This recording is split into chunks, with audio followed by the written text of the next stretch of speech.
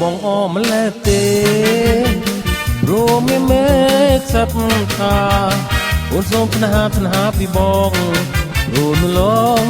គឺរូបបងចេះថ្នមថ្នាងតើស្រឡាញ់បងពិតឬតើព្រឺ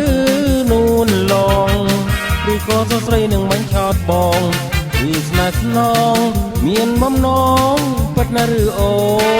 នសូមមេត្តាប្រាប់មកអូនប្រាប់បងមកប្រាប់បងណាស្លាយ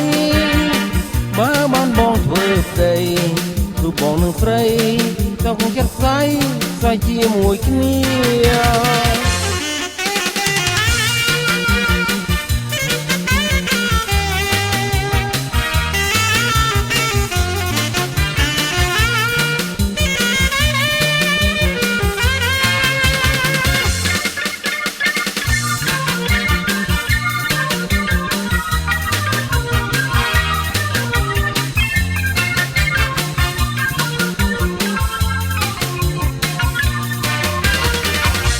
បងអម្លេះទេ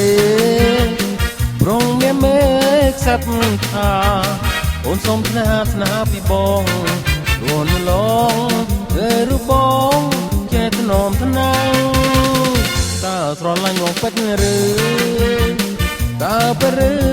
នួនឡងឬក៏សស្រីនឹងបាញ់ឆោតបងឬស្នេហ៍ស្នងមានបំណងពិតឬអូនសូមមេត្តាប្រាប់មកអូនប្រាប់បងមកប្រាប់មកណាស្លាយបើបានបងធ្វើប្តីរូបបងនឹងស្រីចង់ចិត្តស្អីជាមួយគ្នា